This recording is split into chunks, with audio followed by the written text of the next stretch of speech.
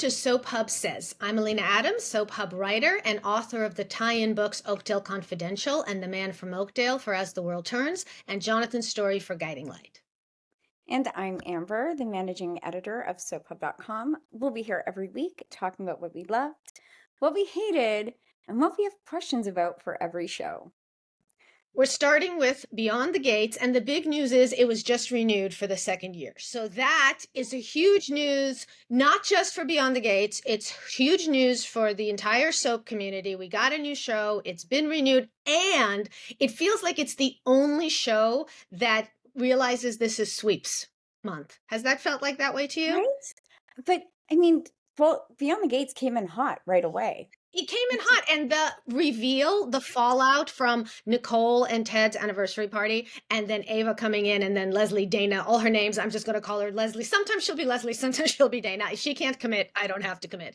And that fallout has been phenomenal. I mean, the scene of the year, I think, is when Ava tries to go home and her mother has locked her out by putting the chain on the door. I mean, didn't even have any words. And that to me was killer. That is sweeps. That is sweeps. Yes. That was Emmy worthy. Also, I gotta say, everything Carla Mosley is doing on that show, Emmy worthy. Emmy worthy. She's such a good actress. I'm so glad to see her back. And it's so great because, she was fine on The Guiding Light. She was good on The Bold and the Beautiful, but what she's doing here is not even coming close. Although I have to warn fans, a lot of people are saying, oh, this is her year for an Emmy. Beyond the Gates cannot be nominated for an Emmy this year. Beyond the Gates premiered in February, and it's a calendar year thing. So for everyone who's going to be shocked and horrified when there's no Beyond the Gates nominations, when I think they're coming out in June, that's simply because of the time period. They're just not eligible this year, but next year. And I'm assuming they're going to have even more for us. Although I do have a couple of questions. For instance, remember when Leslie locked Ava in that, was it a broom closet? I'm not quite sure. What kind of a room locks from the outside and doesn't unlock from the inside? I guess maybe this, maybe it's something they have at the country club. They keep saying, the Duprees run this town, they run this country club. Maybe they're into those kind of doors. I don't really know. To not unlock from the inside and not have the hinges. Yeah. You know what I mean? Like, at least give them the hinges so they can take up the hinge pins. And I know that's not what we should have been thinking about. And to be fair, everything got so good afterwards that I thought I had stopped thinking about the door, but apparently I haven't, because here it is a week later and the door has come up. And I have other questions. For instance, why is everyone fixating on Bill covering up for Ted? Ted, bad man. Ted cheats on wife. Bill, brother-in-law, lawyer, fixer for the whole family. Let's not forget that little piece. Right. We know he did something for Martin. Whatever it is that Martin did that was so bad, he covered up. And everyone is shocked to find out that of all the things Bill has done, including like sleeping with his daughter's best friend and leaving his wife, the shocking thing is that Bill the fixer fixed something for a member of his family. And everybody's like fixating on that. Fixating. And everyone's fixating on that. And it's like, I think you're projecting, and I think maybe you're trying to not feel your feelings, because focusing on Bill is really a problem. Though I must say, Danny coming to Nicole's and telling her, I'm here for you, was honestly, I think, the best scene she has had. I mean, yes, it's wonderful when she shoots up weddings. Yes, it's wonderful when she swings canes and all that. But it was so nice to see her being there for her sister, and it actually not being about her for a minute. I was just about to say, yeah. It was nice seeing her think about somebody else. Yeah. Although, let's see, other questions we have. What other questions do you have? Those are sort of mine. There have been a couple times with like Danny's character that I'm like, just how far are they going to have her spin out? Yeah. And they keep like, they can't commit. They're pulling in and out. Like, I want to see how far they're going to have her spin out, because every time she gets like this close to doing something really god-awful terrible, they reel her back in real quick, and then like the next episode, they're unleashing her again. Meanwhile, do you get the feeling that her relationship with Andre, which was just supposed to be sort of like little friends with benefits, it's like it snuck up on the show almost by surprise, that they didn't expect them to have the kind of chemistry that they do? Yeah, it feels like they saw it on screen and then shifted the narrative, and sort of like it feels like they rewrote some of it to be like, okay, let's do that. And I really hope that it causes problems, more problems. I want all the problems. All the problems. Well, that's what we were just saying, that it feels like Beyond the Gates is the only show that has realized, hey, we're in a sweeps month because we're seeing all the problems. We're seeing the All of them. culmination of Ava and Leslie's plan. We're seeing Danny spinning out and yet sort of drawing towards Andre. We're seeing the grandparents continuing to say, we must keep our secret, which is classic soap. You Right? enjoy that? That could have either been Tamara Tooney or Clifton Davis, the way that I delivered it. We're seeing Martin continuing being a control freak, and we have to wonder how much more control freaky is he going to get. But yes, kudos, at least from me. This May sweeps, at least so far, Beyond the Gates is winning it. Winning it. When it comes to like Bold and the Beautiful, I feel like okay, yeah, we all love Liam, I mean, he's been around for us like a puppy. Don't you just right? want to pet him? Like the golden retriever of the show, you know? But what gets me is we're spending sweeps talking about how he's this great husband. He was this great husband.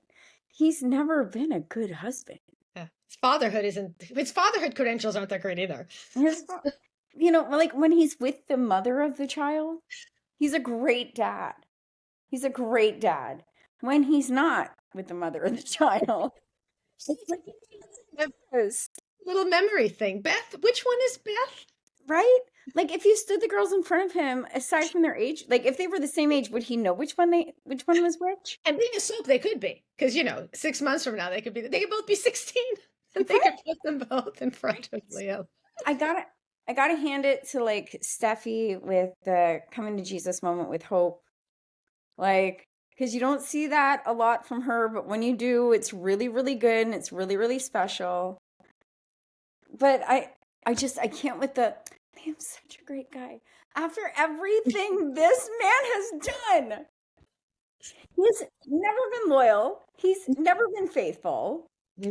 He's played not only Steffi and Hope against each other, but also then he got Ivy in the mix Yeah, and other that women was an in the mix. Australian moment. We had an Australian moment there.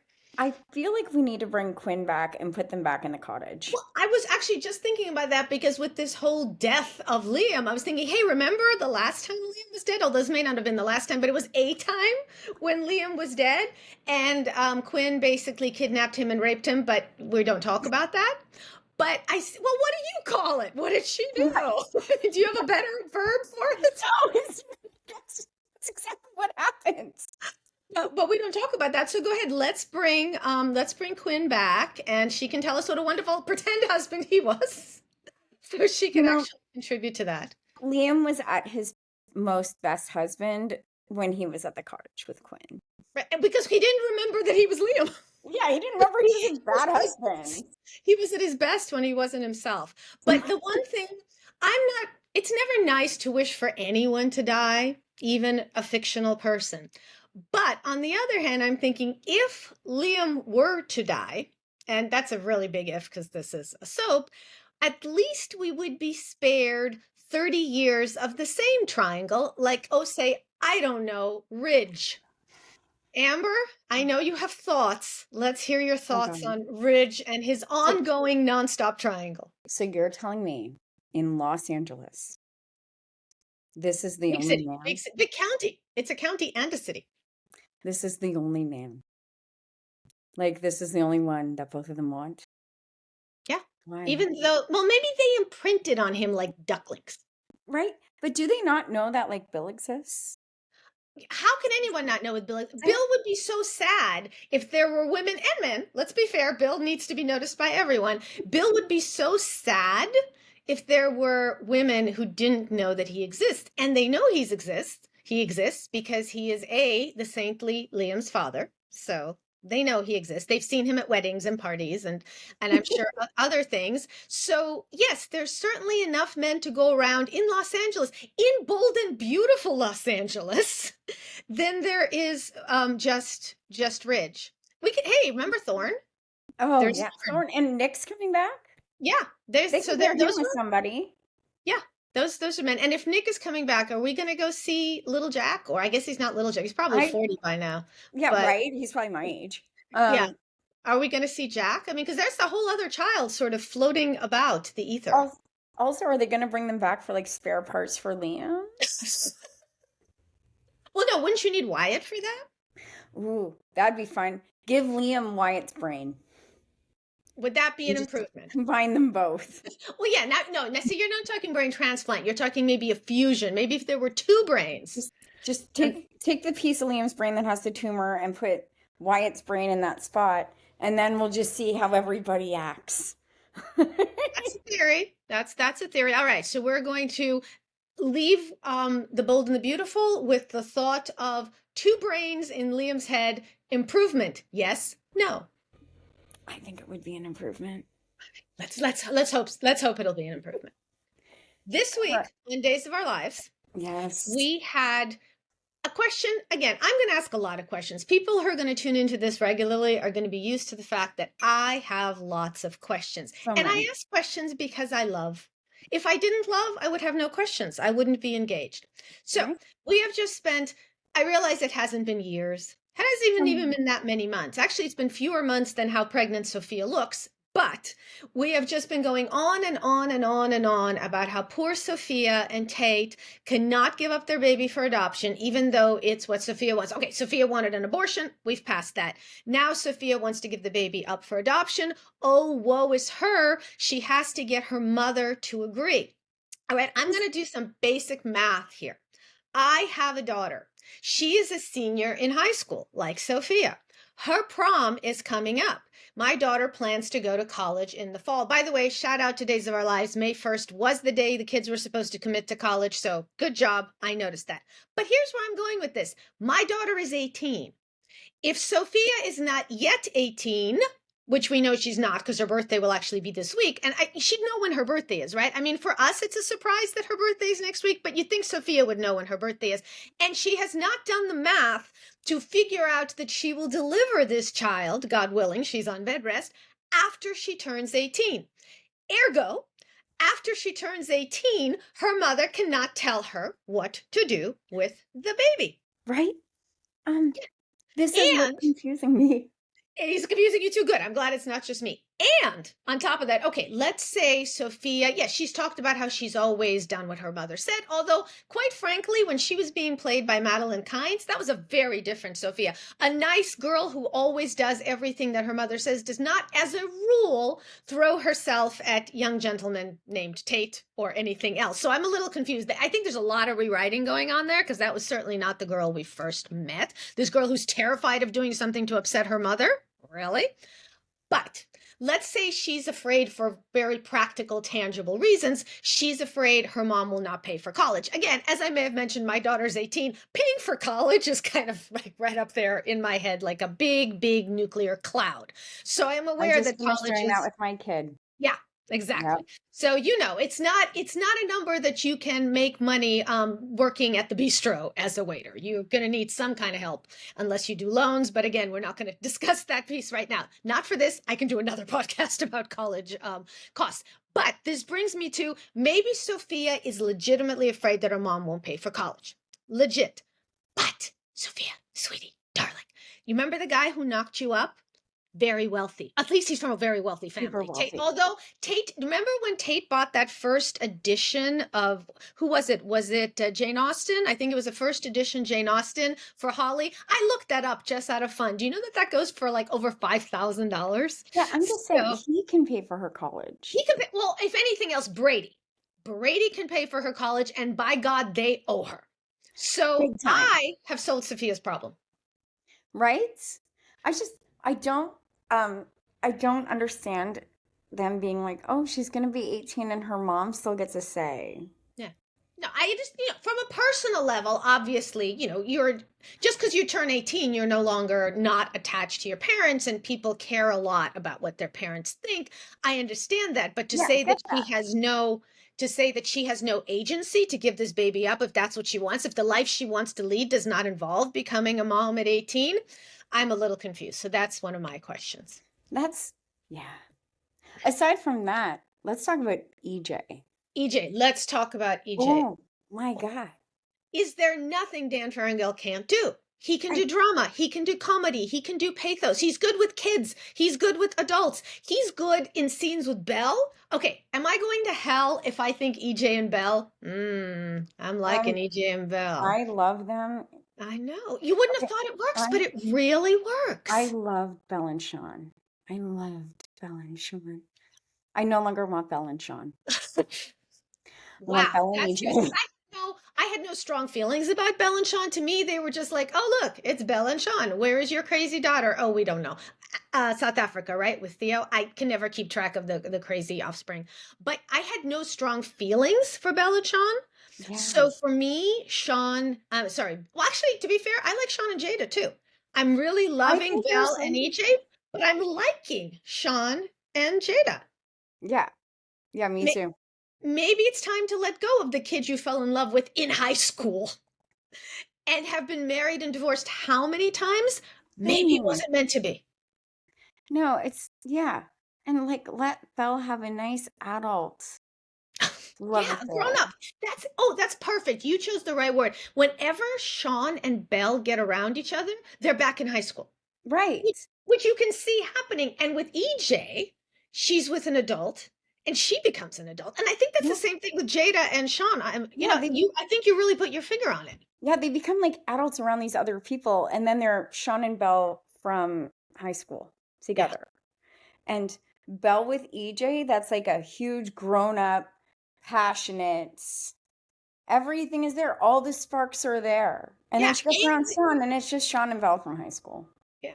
Meanwhile, Sammy, I mean, I wish we could have Sammy for this. I mean, we probably will not have Allison Sweeney. When she popped in for one day to tell Such a Johnny, yes, tease. much sexual crimes in my past, not all of them of me as a victim. Anyway, gotta go back to Europe.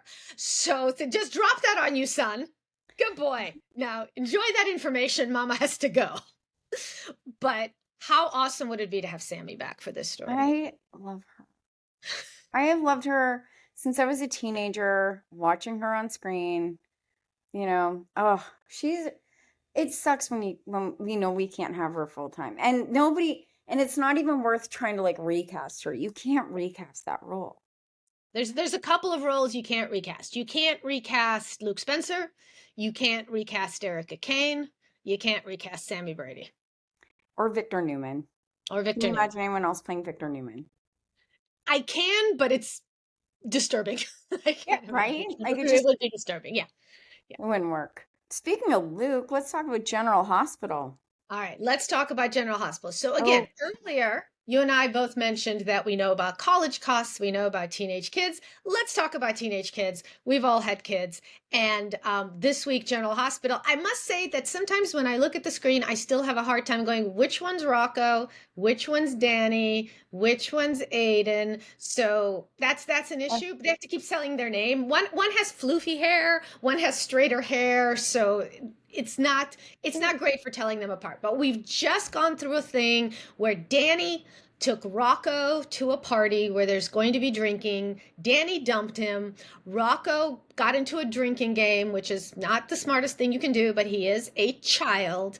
And then he got very, very drunk, and Gio found him and tried to take care of him. Didn't call his parents, didn't call his mommy and daddy because Gio was trying to be like a friend and to take care of him. And it wasn't until Cody showed up and noticed that there was some issues with Rocco's breathing that he realized he had alcohol poisoning. They rushed him to the hospital. And now in comes Dante to blame anybody but Dante.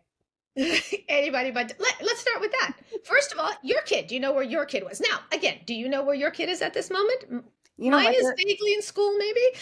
There used to be a commercial in Canada that was like, it's 10 p.m. Do you know where your children are? They should show that to Dante. They should show that to Dante. But Should show here's that. the thing. Dante is blaming everyone but Dante, but in the end, whose fault is it that Rocco drank? Rocco. Rocco's not an Rocco. infant. Nobody shoved, he wasn't drugged. Nobody's suggesting, anybody slipped him something. Rocco made a very bad decision. Now, Danny wasn't being a good friend slash brother slash cousin. Those relationships are complicated when he brought him and dumped him. So, Danny also, you need to have a chat with Danny. Although I think Jason's version of a chat with Danny was like, that was bad, right? Yeah, don't do it again. Cool. Also, what's Jason being a gentle parent? Yeah. Well, Like, he was. Do you remember when he took care of little baby Michael? He was right? always like reading him stories about Africa. Like, he's like, I'm a stone cold killer. And then he gets around kids, he's like, I'm a little gentle baby. Come here, let me coddle you. Right? So Danny's also not getting great parenting, and yet Dante decides to yell at, not at His Rocco. own Okay, child. Rocco was in a coma at the time, so maybe not Rocco. Not at Danny, but at Gio, the guy who only tried to help. Yeah. Now we Right? know why.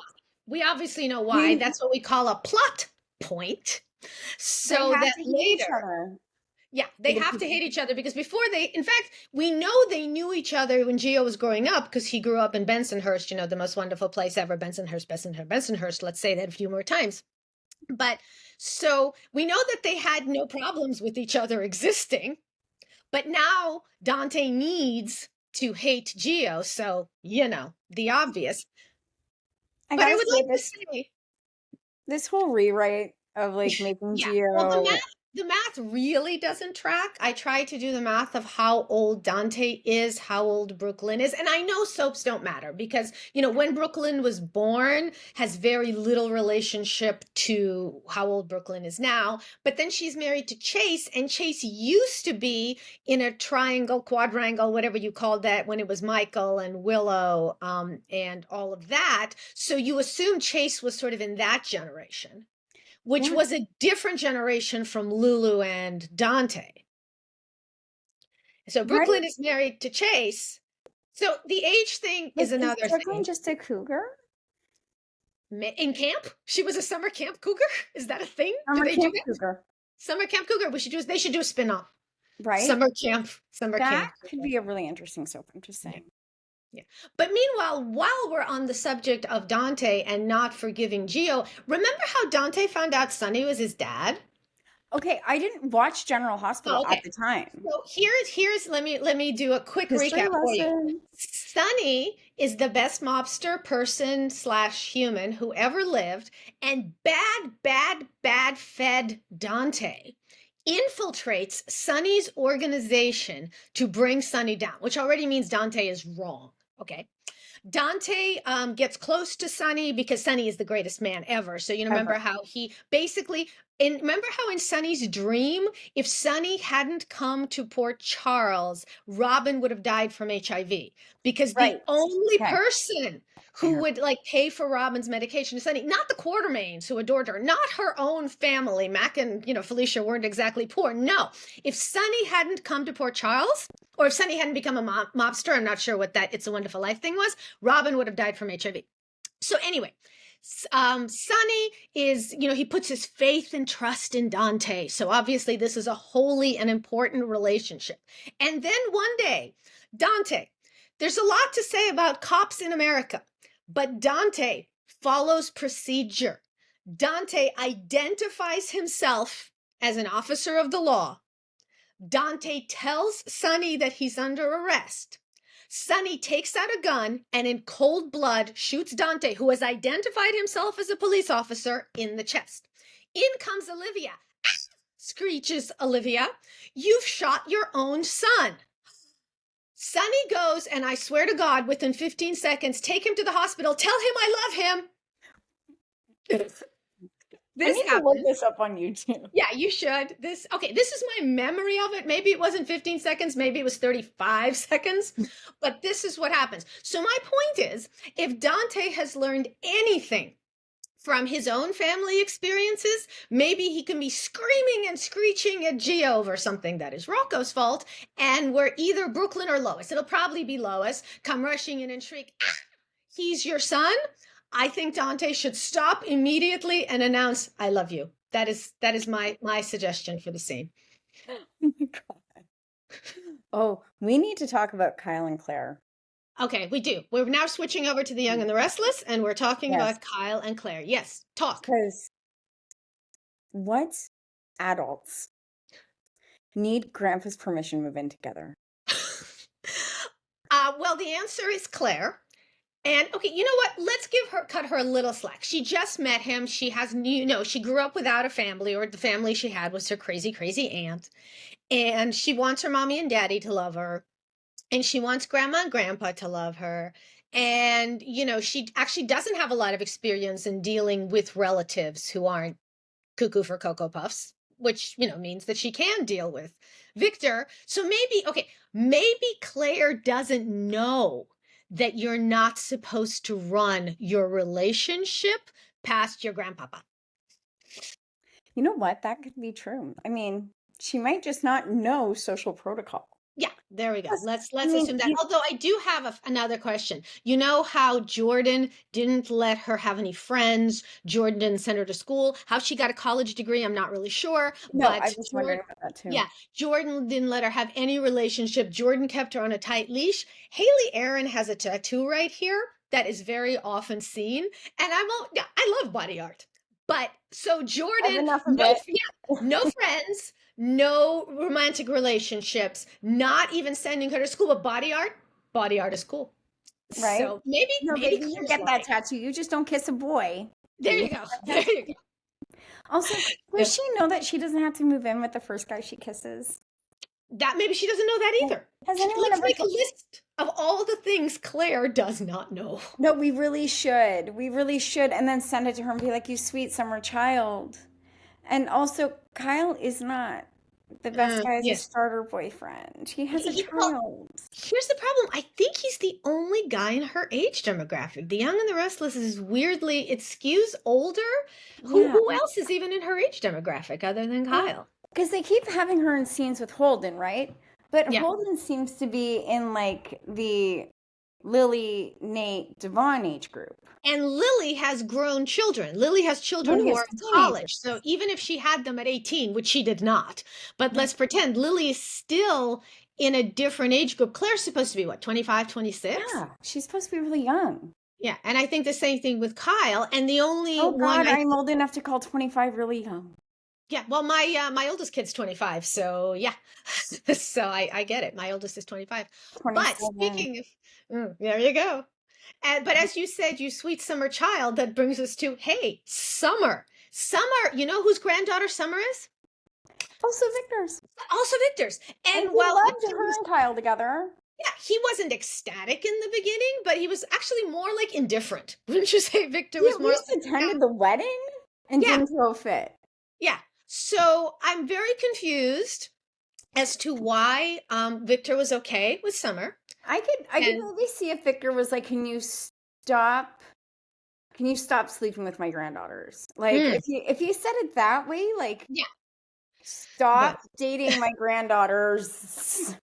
although maybe he doesn't care as much about Summer because, her mother is Phyllis and he sort of thinks maybe she's going to go crazy any second now. So why should I Yeah. commit? Whereas Claire's already crazy, so I can control her. Well, and with how much Victor doesn't like Kyle, would you not want him dating the crazy murdery one? You know, like that. If Claire goes Victor off the rails, this just works in Victor's benefit. True. True. You're right. No, you're right. We should send Victor a note. Let's make a note of all the notes we need to send. Claire, you don't have to move in with the first guy you kiss.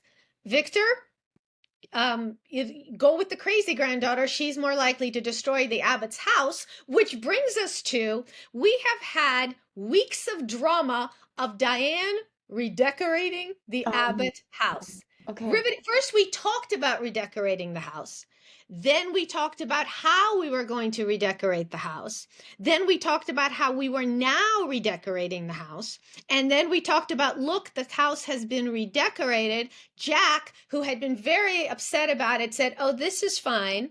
Kyle, who I don't know, Kyle never seems like to care about much of anything. He always just seems to stand outside things, said, okay, this is fine. Billy had a meltdown. What's up with that? After what you did to the Chancellor Mansion, who are you to talk about anything? Sorry. No, I know. That's and first of all, and even Billy said himself, I didn't spend as much time here as my siblings did, so what? But does he not remember the atrocity that was the Chancellor Mansion after he got his hands on it? Yeah. The absolute atrocity. And I also love how Billy and Jill somehow think they have rights to the Chandler house. Okay. So the Chandler house where Kay lived was actually the house of her first husband, who Yeah. was the father of her son, Chancellor. So the husband that Jill had an affair with was Philip Chancellor, but they were never married. And then Jill had a son, Billy, who has no connection to the Chancellors at all. Why is Billy obsessing about Chancellor like it's his birthright? Billy's mom slept with the man who married the woman who inherited it from her first husband, Mr. Reynolds. Kay inherited the company from Mr. Reynolds, father of Brock Reynolds, and then she and her second husband turned it into Channel Industries, but it belonged to Mr. Reynolds, who gave it to Kay, who was married to Philip, who slept with Jill, who is the mother of Billy, and Chancellor is his birthright. It's like bang your head off the wall. Like, but I have a way, Amber, see what you think. I have a way of making this all come together. All right.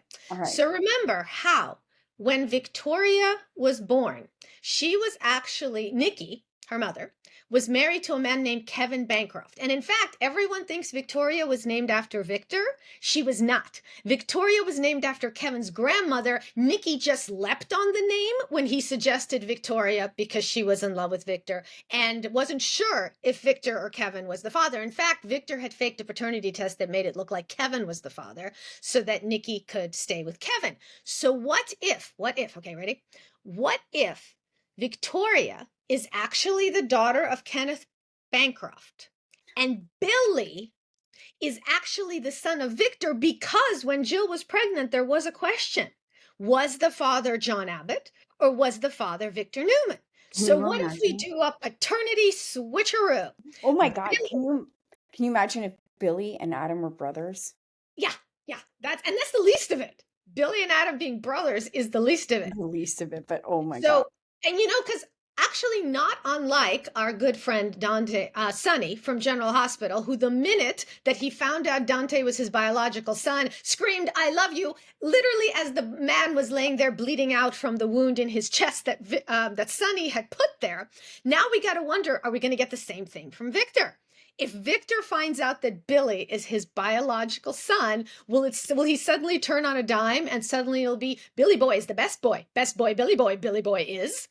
And meanwhile, the main reason, here's the thing about Victoria's paternity, the only reason I want to change it because we can't have Billy be Victor's son if Victoria's Victor's daughter. No, we can't. And that would be terrible for everyone. Well, and the children that we don't. There's a lot of things that happen on soaps. That's not one that we should do. Yeah, that's not one where we want to go there, which is why Bold and the Beautiful with the kissing cousins thing. Well, okay, if we're going to talk about the Bold and the Beautiful and the kissing cousin things, let's talk about the fact that for a good chunk of her life, Bridget thought that Ridge was her father. And then when she found out he wasn't her father, there was a story when there was an attraction between the two of them. Blech. I'm doing a lot of sound effects this week. Maybe I'll temper those. Maybe I won't. Maybe sound effects will be people's favorite part. Maybe that's just going to be part of our brand. Maybe that's going to be part of our brand. We're going to make weird sounds. Me banging my head off the table. Because, we should get like a sound effect, like a boom or something like that. So yes, the only reason we would need to change Victoria's paternity is because then if we were changing Billy's. But imagine the kind of soapy story, which brings us to what we started this whole podcast with. It's May. Where is our May sweeps other than Beyond the Gates? And okay, maybe Beyond the Gates is giving it to us really good, and then the other shows are sort of like, yeah, I mean, maybe Days think it's giving it to us with Who Shot EJ. That's kind of a quasi sweeps story, but other than that, I'm not being swept. Let's put it this way: I'm not being swept. Are you the other three at all? Like the whole Liam dying, not dying on Bold and the Beautiful is sort of like, okay. I love Scott Clifton, but I am not attached to Liam. Yeah, maybe you could come back as his twin. DM. I want to be attached to Liam. I'm not attached to Liam. Love Scott Clifton. I'm just not attached to Liam enough to care if he dies. And then General Hospital, like this whole, just tell everyone Gio's the child. Oh my God. It's good. Maybe he'll write a violin concerto about it. And we can all sit there and listen. Do we think it's going to come out at the nurses' ball? Is that what we're thinking? I hope so. Oh my gosh. I hope so. And then Young and the Restless is just like, they're too, I mean, they have Mariah's little secret thing. And if it's not a affair, I don't know what to do with it. Yeah. Or maybe she killed Ian. He was alive and they hauled him away. Yeah. So. And then we never heard that he was alive or dead.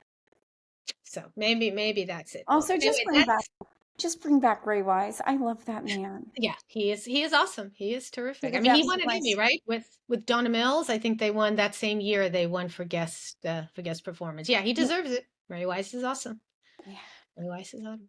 So that's it for now. But I'm Alina Adams as the author of Oakdale Confidential, The Man from Oakdale, and Jonathan's Story. Maybe at some point when we talk about other soaps, we can talk about As the World Turns and Guiding Light and other ones. And you're? Amber Sinclair from Soap Hub, managing editor of Soap Hub. I don't have a list of book credentials. But maybe you will. Maybe by the time that Okay. we're done, I'm this working will. on a kid's book, so Oh, yes. really? Oh, we can talk about Yeah. it's a soapy kids book. It's about two bunnies who fall in love and try to find a house, and they're trying to find a perfect house. That's So certainly that's a very. Oh, maybe they Diane can come and redecorate it for them. right? Right? Yeah.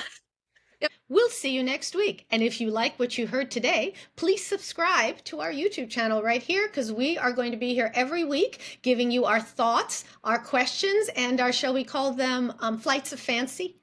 Also our rage. And check us out at soaphub.com and read all of our articles because we're fun. Yes. Anyway, bye for this week, and we'll see you guys next week. Good.